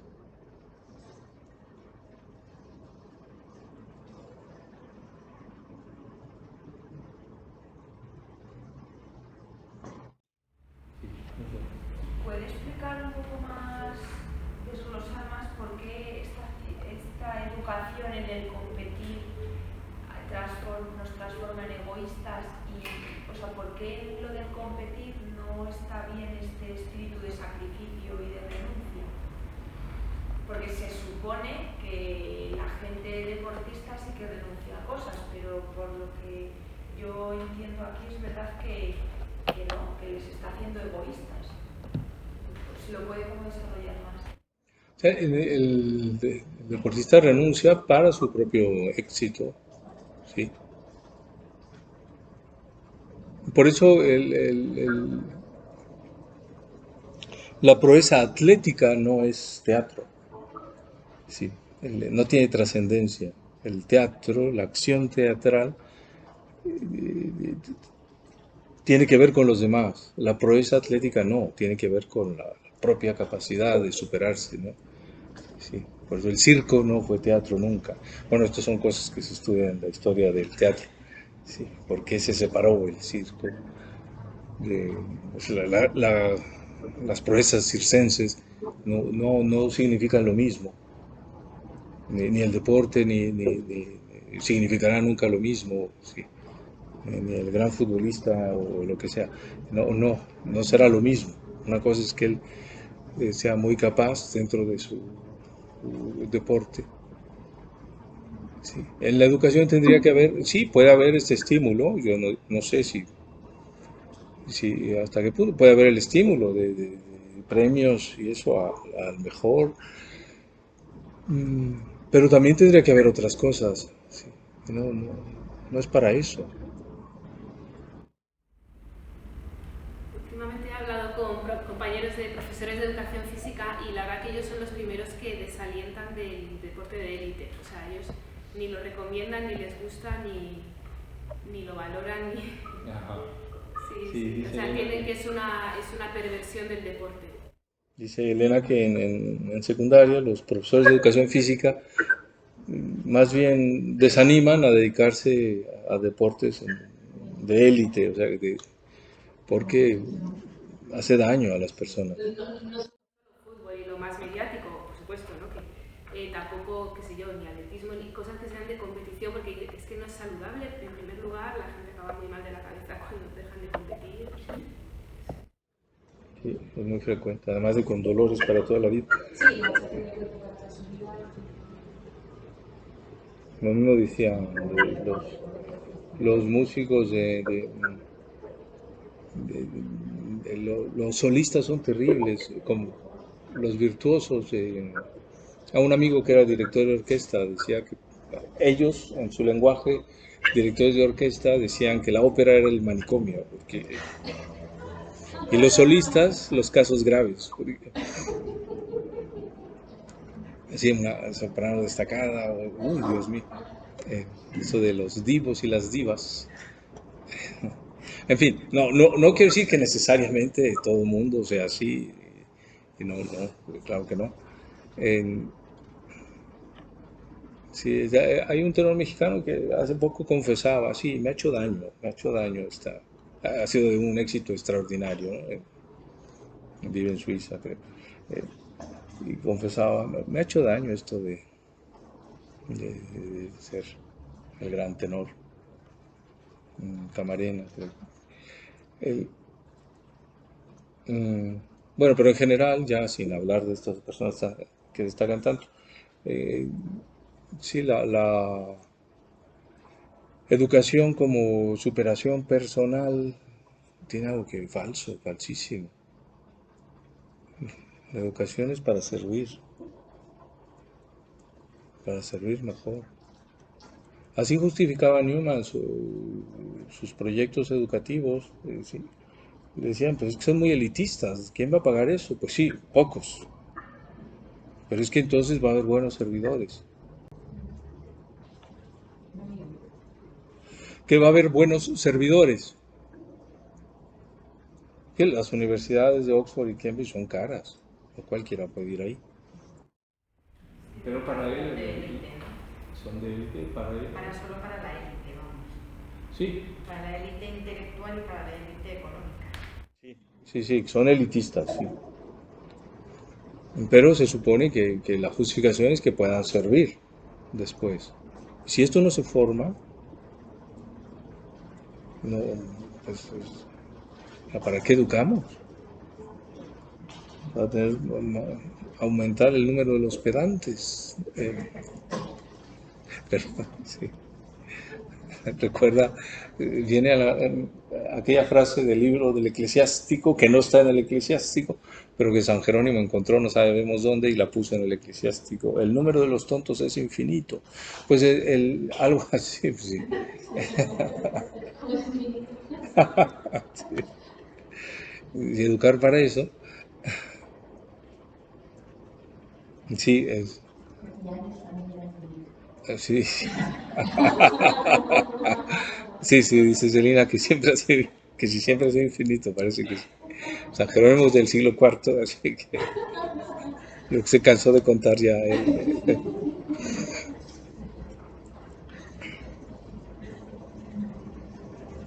Sí, el hecho es que no está en la Biblia, aunque en la suya sí, en la de Jerónimo.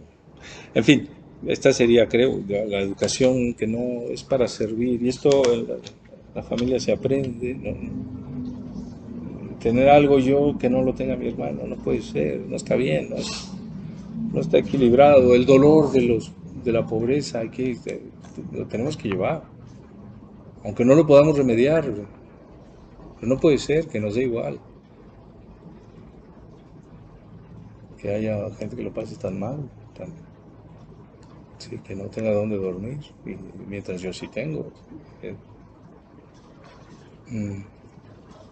Sí, en fin, todo esto es necesario que sea formado. Es siempre ejemplar la actitud de Chesterton como estudiante de secundaria, que no le gustaba obtener buenas calificaciones porque le parecía poco caballeroso con sus compañeros. Le parecía poco caballeroso destacar. Un rasgo muy franciscano, que bueno, en él son muchos, pero esto es desde la adolescencia.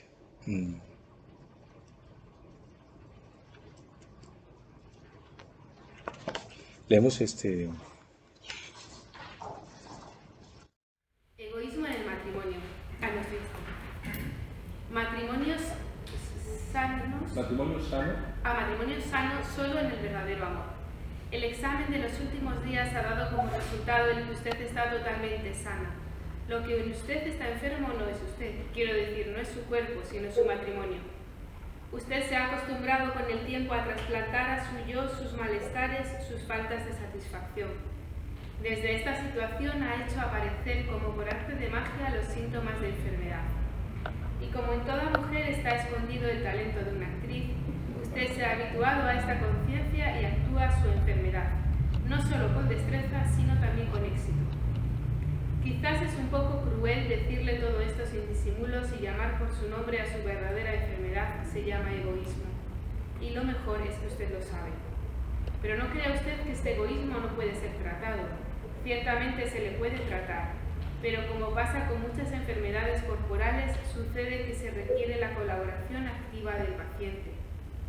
¿Por qué yo no he procedido en su caso según las reglas de la psicoterapia, esa especie de suave dominación de las almas con happy end prescrito?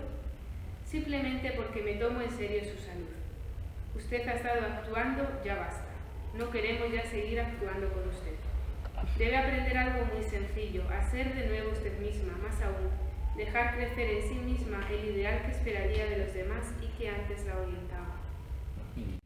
Aquí escribe Adrián como médico. Los médicos saben muy bien esto, ¿no? Esto de actuar los síntomas.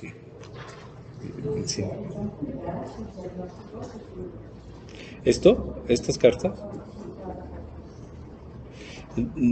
Me preguntaba Cristina si este libro, que se llama Cristiane, Cartas sobre Amor y Matrimonio, están publicadas. Entiendo que hubo una publicación y después no. En Estados Unidos tal vez sí se publicó, o como apéndice de una tesis doctoral se publicó. Ella no estaba en la explicación de que son cartas que no son reales. Ah, sí, sí. Son Son ficticias las cartas.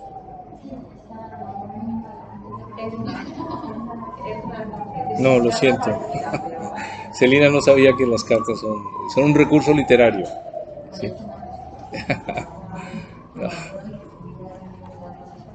Ya, no, aquí no, lo siento, Erna no existe. Le echaremos de menos. Pero bueno, claramente se ve aquí a alguien médico que enfrenta un problema que tienen los médicos. Sí, no está hacerse el centro de la atención mediante una enfermedad. Y bueno, pues probablemente trataba así a sus enfermos. Lo siento por lo que dice aquí de la psicoterapia, que ha evolucionado, ¿eh? Ya no es... O sea, la imagen que tenía Adrián de la psicoterapia creo que ha evolucionado.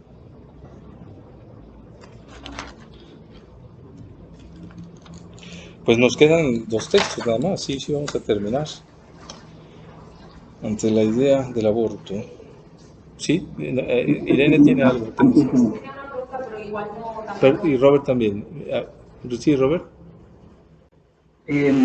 Cuando dice queda aprender a dejar crecer, al final del párrafo, sí. Dejar crecer en sí misma el ideal, ¿a qué se refiere? Sí, esta mujer se ha vuelto muy exigente con los demás, nunca le dan lo que deberían darle, y es víctima, y por eso siempre reclama a los demás. Sí. Debe dejar crecer de nuevo, ¿no? Los demás y yo estamos buscando un modo de ser que no representamos bien, ¿no?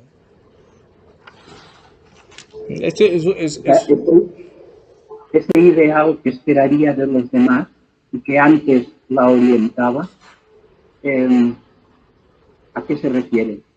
¿Qué ideal es? Es el ideal de una mujer sacrificada que ama de verdad, que no es el centro, no quiere ser el centro de la atención, quiere realmente servir. Sí, porque ha pasado lo contrario, usando sus dotes femeninos de actriz, que aquí dice que todas las mujeres los tienen, manipula a los demás con sus enfermedades. Sí. Es un antiguo consejo de la espiritualidad cristiana. La paz está en la acusación de uno mismo, dice Doroteo de Gaza, San Doroteo de Gaza, un padre de la iglesia, un monje antiguo, La paz está en la acusación de uno mismo, no en la acusación de los demás.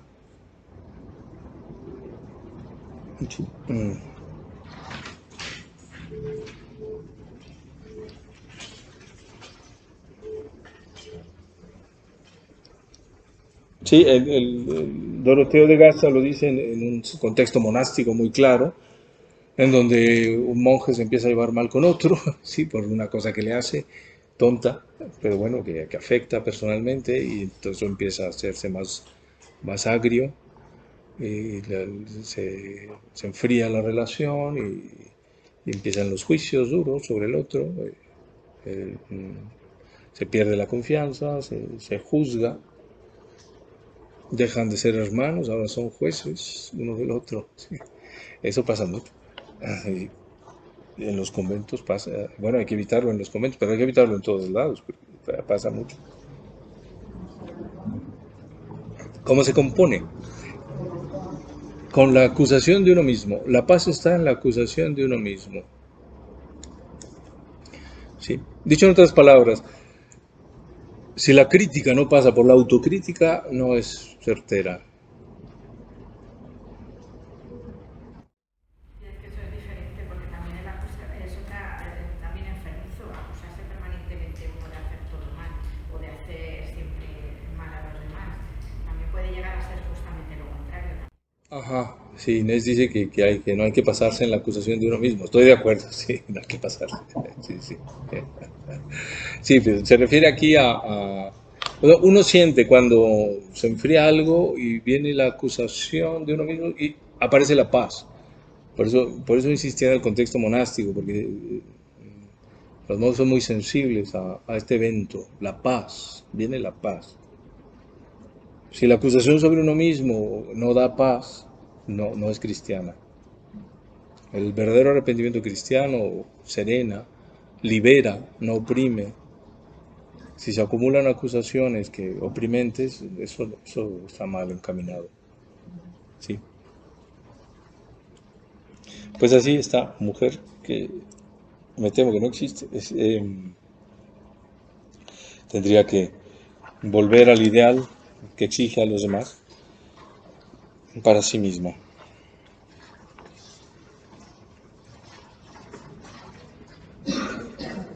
Sí, leemos en página 34. Ante la idea del aborto, el trágico destino de ella, tu amiga, te acompaña y tú quisieras ayudar de algún modo. Tú sabes bien que la Iglesia se ha pronunciado ya desde hace largo tiempo, ha elegido también para ella, quizá incluso de modo especial para ella. Interrumpir un embarazo en cualquier momento que sea significa matar al niño. Para nosotros católicos, un niño no es nunca el resultado de lo casual, de un simple acoplamiento de cuerpos entre hombre y mujer. No surge, por así decir, automáticamente, porque además de su cuerpo, este niño posee un alma inmortal que recibe de Dios. Y esta alma inmortal tiene, como toda alma, una misión que cumplir. Nadie puede medir la grandeza de esta misión. ¿Y quién puede juzgar cuán importante también será la tarea de ella como madre y educadora de este niño? Las misiones son, tanto como las almas de la madre y del niño, posesión exclusiva de Dios y son lo más precioso que Dios posee en su creación. Seguramente la Iglesia exige mucho, pero es que debe hacerlo. Es una de sus tareas más distinguidas el ayudar a sus hijos en el crecimiento en la fe, también con sacrificios y renuncia. Ellos no pueden hacerse a un lado cuando empieza lo difícil, sino tratar de cargarlo y configurarlo. Tú puedes significar muchísimo para tu amiga precisamente bajo este aspecto, y ciertamente verás en ello parte de tu propia tarea, por mucho que te pueda costar el vencimiento de ti misma.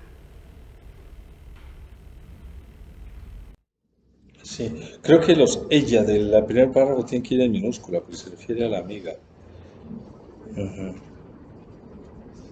No a la Iglesia,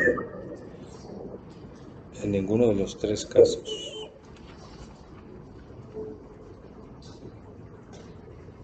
Bueno, los motivos que da bien contra el aborto son por un lado naturales y por otro sobrenaturales. El niño posee un alma inmortal, naturalmente,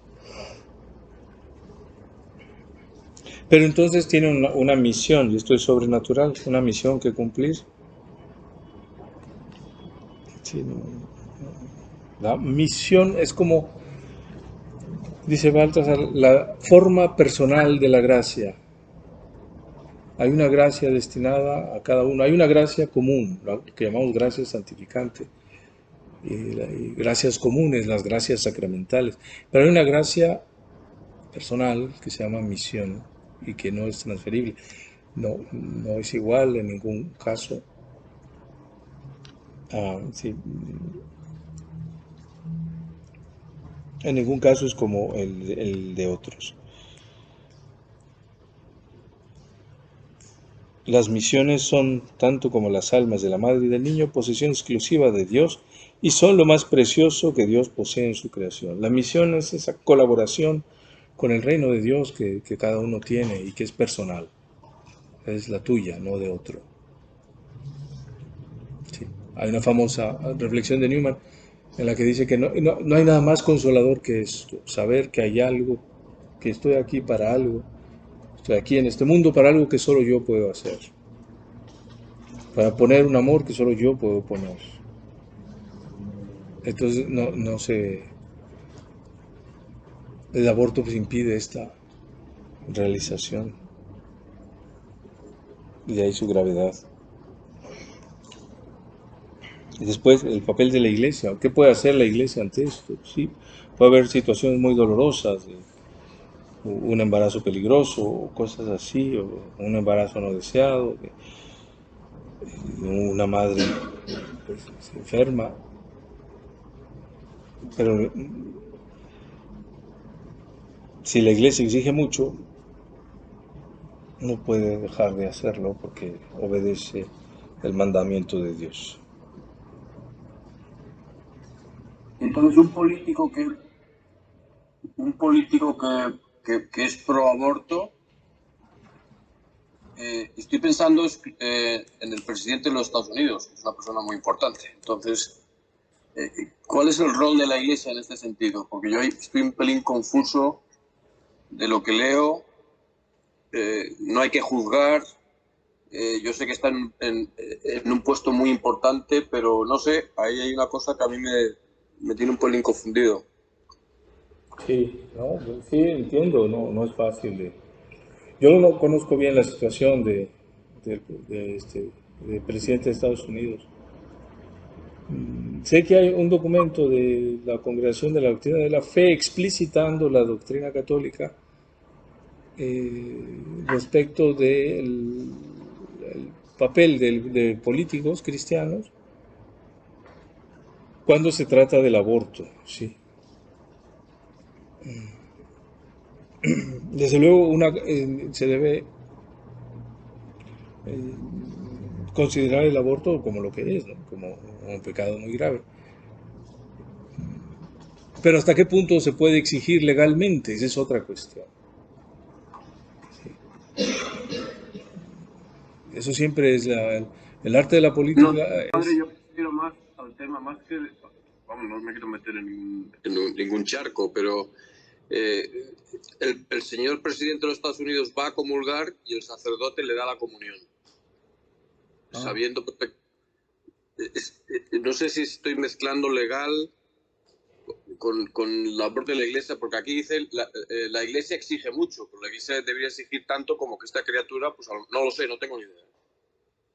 Como que no comulgue. Pues no sé. Bueno, no debería de darle la comunión. No lo sé, no tengo ni idea porque además yo no soy quien para juzgar ni sé toda la información, pero así desde fuera te da una sensación de confusión, no lo sé. Sí, yo no sé cuál sea la postura personal de Biden sobre el aborto ni lo que haya declarado, ¿no? Sí sé que su partido, ¿no?, es más bien muy favorable al aborto. Sí. No sé si hay motivos para negarle públicamente la recepción de un sacramento. No. Que no siempre es lo mismo. Que haya motivos para negarlo públicamente requiere cierta publicidad del pecado. Que no sé si sea posible. Por eso que yo no sé si estoy muy de acuerdo con lo que la iglesia exige mucho. Yo no sé esa frase. Bueno, Aquí se refiere a la doctrina católica, ¿no? No se refiere a la actitud concreta de unos u otros en la iglesia, sino a la doctrina católica. O sea, si uno lee el catecismo de la iglesia católica, pues no hay duda, ¿no? Todos los pronunciamientos sobre el aborto pues, son muy claros, siempre lo han sido. También los del Papa Francisco. Ahora, en la vida pública, ¿qué tanto se puede exigir? Pues esa es otra cuestión. ¿Qué tanto se puede imperar desde arriba el bien que desearíamos? Pues, eso en cada situación se tiene que discernir. Sí, la política es el arte del bien, del mayor bien posible, no del mayor bien ideal.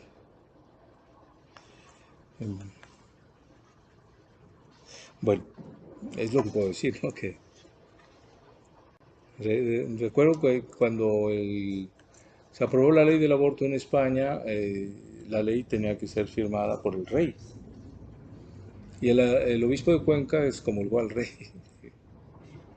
Y desde Roma le quitaron la excomunión. Sí, sí. En fin, yo ya tengo una cierta edad y me acuerdo. Sí, estaba en España ya en los 80s.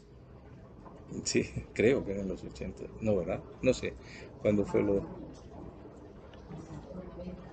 Bueno, estaba todavía el famoso obispo de Cuenca, Monseñor Guerra Campos, ¿no? Que era muy aguerrido, como dice su apellido.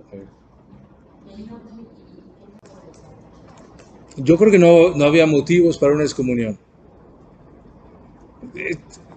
Sí, las penas canónicas tienen un proceso, se requiere un razonamiento canónico.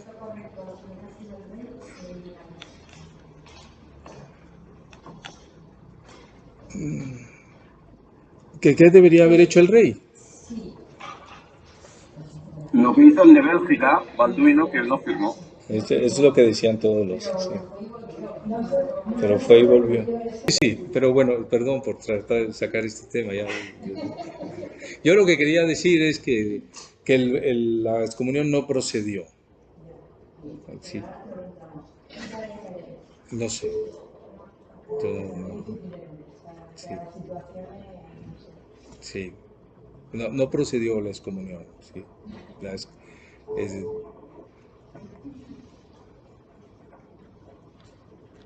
¿Fue falta de energía por parte de la iglesia? No lo sé. Creo que no. Bueno, no lo sé. Se hizo un razonamiento ahí muy especial que yo no he hecho. Ha habido errores grandes de San Ambrosio con Teodosio, en fin, que han traído muchas consecuencias de una exigencia por parte de la iglesia al gobernador o al emperador Teodosio, que luego no ha favorecido, sí, la evangelización. Es difícil. Muy bien, leemos el último. El valor de la madre soltera. Por el trabajo de su marido, usted está siempre de nuevo con madres solteras y le es difícil, como madre joven y feliz, entender el destino de estas mujeres solitarias. El tipo de mujer que ha elegido este estado autónomo y con plena intención es raro. Representa el perfecto egoísmo, traer al mundo un niño con cálculo, como un complemento para la felicidad que le falta.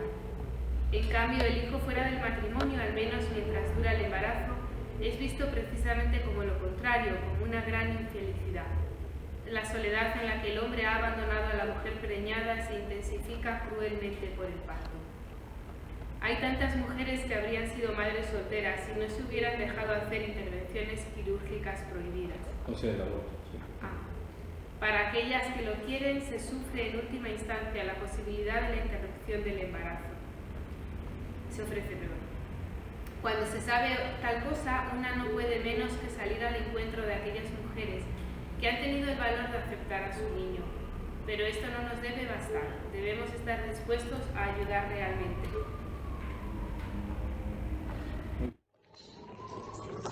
Creo que es muy claro el texto.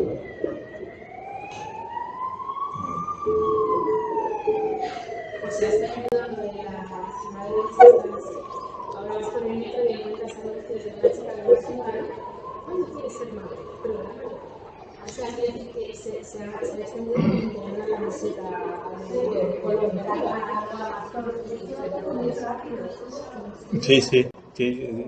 Sí, lo que se comenta aquí es que hoy se ha avanzado mucho esta idea de programar la maternidad con, como dice aquí Adrián, de un modo completamente egoísta. Mujeres son estrategias lo mismo. Serás feliz, sí. No es el mismo. Sí. No hay tener un hijo como, yo que sé, como el que tiene un objeto para satisfacer. Luego, claro, si no sale como que le gusta y si es un niño pesado, ¿qué hace con él? Bueno, por eso si todo pasa por lo que Dios ha puesto en la diferencia sexual, ¿sí? La diferencia sexual es fecunda, pero fuera de ella, fuera de la entrega de marido y mujer, ¿qué fecundidad es esa?